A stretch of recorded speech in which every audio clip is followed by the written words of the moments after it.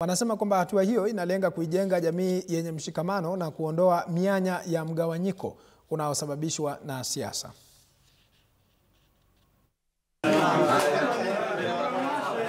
Viongozi wa Mijikenda kutoka maeneo mbalimbali ya kaunti ya Tana River wamekutana kwa lengo la kuimarisha umoja na kuondoa tofauti zilizowahi kudhoofisha jamii hiyo.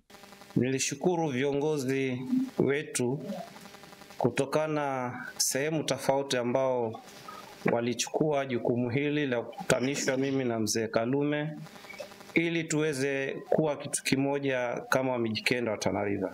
Wanasema umoja wa jamii ni msingi muhimu wa maendeleo na kwamba bila mshikamano hakuna hatua yoyote itakayopigwa. Tumeamua kuweka tofauti zetu kwa sababu ya manufaa ya jamii yetu.